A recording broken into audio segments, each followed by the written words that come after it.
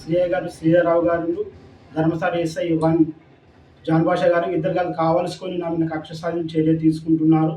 కావున 10 అధికారులను పరిశీలించి తగిన చర్యలు నాపై తీసుకోగలరని నా యొక్క మనవి. పత్రికా విలేకరులందరికీ నమస్కారం. నా పేరు కొట్టె సురేష్, ధర్మసార గ్రామం. మా తల్లిదండ్రుల పేరు కొట్టె ఇసాక్, మా అమ్మ పేరు కొట్టె కనకరమ్మ. మీ ముగ్గురు అన్నదమ్ములము. మా పెద్దన్న పేరు కొట్టె సుధాకర్, మా తమ్ముని పేరు కొట్టె గణేష్, నా పేరు సురేష్. మా తల్లిదండ్రులు సంపాదించిన 3 ఎకరాల 20 గుంటల భూమి. ఆ భూమి వాళ్ళు స్వయంగా మా తల్లిదండ్రులది. అది నాకు 1 ఎకరం ఎలాగో కొనుక్కున్నా. 2011 నాకు పెళ్ళైంది. నా వరకట్నంతో మా భార్య ఇచ్చే గవర్నమెంట్ లోన్ తీసుకొని 1 ఎకరం భూమి కొనుగోలు చేసుకున్నా. వీళ్ళు మా అన్న మా తమ్ముడు అంటే ఇద్దరు కలిసి నా 1 ఎకరం భూమిలో నాకు కూడా పాలొద్దనే ఉద్దేశంతో వాళ్ళు నా భూమిని దౌర్జన్యం చేసి మా అమ్మ నాన్నని పట్టుకొని వచ్చి నన్ను స్టేషన్ పాలు చేస్తుండ్రు. నేను ఎన్నో మార్లు స్టేషన్ పోయి కంప్లైంట్ చేసినా కూడా ఎస్ఐ సిఐ పట్టించుకోవడం లేదు. నేను 2012 నుంచి నేనే కాస్ట్ చేసుకుంటున్నా. ఆ చుట్టుపక్కల రైతులు ఉంటారు, ఆ సర్వే నెంబర్ సంబంధించిన రైతులు ఉంటారు, వాళ్ళని తెలుసుకున్న కరెక్ట్ ఉంటుంది. మా ఇంటి పక్కన పాలోలు ఉంటారు, వాళ్ళని అడిగిన కరెక్ట్ ఉంటుంది. మా అమ్మని మా నాన్నని పట్టుకొని వాళ్ళు నాన్న నన్ను దౌర్జన్యం చేసుకుంటూ వాళ్ళు ఒక సొంతంగా మేము కొనుగోలు చేసిన 20 గుంటల భూమి, మా ముగ్గురు అన్నదమ్ములు కొనుగోలు చేసిన భూమిని కూడా మా తమ్ముడు అమ్ముకున్నాడు. వాళ్ళిద్దరు మా అన్న మా తమ్ముడు షేర్ చేసుకున్నారు. దానికంటే ముందు మా అన్న కూడా 1 గుంట ఆయన అమ్ముకున్నాడు, మా తల్లిదండ్రులు సంపాదించిన భూమి. అది పోను వాళ్ళు నా సొంతంగా కొనుక్కున్న భూమిని వాళ్ళు దౌర్జన్యంగా చేసుకుంటూ మా అన్న అంటే సివిల్ కాంట్రాక్ట్ చేస్తారు కొట్టే సుధాకర్. ఆయన పలుకువాడు ఉపయోగించుకొని పొలిటికల్ బ్యాక్గ్రౌండ్ ఉపయోగించుకొని నా మీద ఒక రౌడ్ షీటర్ ఓపెన్ చేయించి గతంలో 2025లో. ఆ రోజు నుంచి నేను స్టేషన్తో తిరిగిన పోలీసులు ఎవరు పట్టించుకుంటలేరు.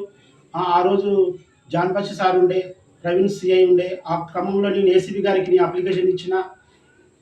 జాన్ బాషా ఎస్ఐ గారి మీద అప్లికేషన్ ఇస్తే నువ్వు ఒక ఎస్ఐ మీద అప్లికేషన్ ఇస్తావా అని చెప్పేసి అప్పుడు జాన్ బాషా ఎస్ఐ గారు నా పోలీస్ పవర్ ఏందో అని మీకు చూపిస్తా, పోలీసుల మీద పెట్టించుకోవడానికి ఆ రోజు వాగ్దానం చేసిండు. ఆ రోజు నుంచి ఈ రోజు నీకు స్టేషన్కు భయపడతానా, పోలేకపోతున్నా.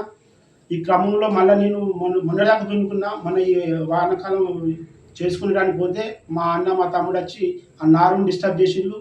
ఆ నారు పెరిగింది, ఈ లొండి అవుతుందని చెప్పి నేను పక్కకి వెళ్ళేసరికి ఆ నారు గొడవెక్కొని నాటేసుకున్నారు. ఆ నాటేసుకునే క్రమంలో నేను అక్కడ పోతే గొడవలు అయితే నాకు రౌడ్ షీటర్ రూపాయిందిగా ఇంకా ఇబ్బంది పెడతానే ఉద్దేశంగా నేను భూమి మీద పోకుండా హైకోర్టుకు పోయి నీ స్టే ఆర్డర్ తీసుకోవడం జరిగింది. ఆ స్టే ఆర్డర్ వచ్చిన తర్వాత వరి మొలకెచ్చింది, పంట వచ్చింది. పంట వచ్చినాక మా తమ్ముడు మా అన్న ఇద్దరు కలిసి ఆ పంటను కోసుకొచ్చి బండ మీద పోసిండు. ఆ పోసిన క్రమంలో నేను మొన్న 10వ తారీఖు రోజున, ఈ నెల 10వ తారీఖు రోజున సిఐ గారికి అప్లికేషన్ ఇవ్వడం జరిగింది. అయ్యా నా పొలంలో పంటను కోసుకొని బండ మీద పోసింది సార్, ఆ బండ మీద నా వడ్లు ఉన్నాయి సార్ అని చెప్పినాక కూడా అప్లికేషన్ చూసి చదివి నువ్వు పోలీసులు పట్టించుకుంటున్నాను ఎవరికైనా చెప్పుకోపో, ఇక్కడికైనా వెళ్ళిపో అని చెప్పేసి నన్ను దబాయించడం జరిగింది. ఈ క్రమంలో నేను బయటికి రావడం జరిగింది. నాకు ఎట్లా నా పరిస్థితి అని చెప్పేసి నా పంట పోతానే ఉద్దేశంతో వాళ్ళు పోసిన పంటను తీసుకొచ్చి నేను గవర్నమెంట్ ఐకేలో అమ్ముకోవడం జరిగింది.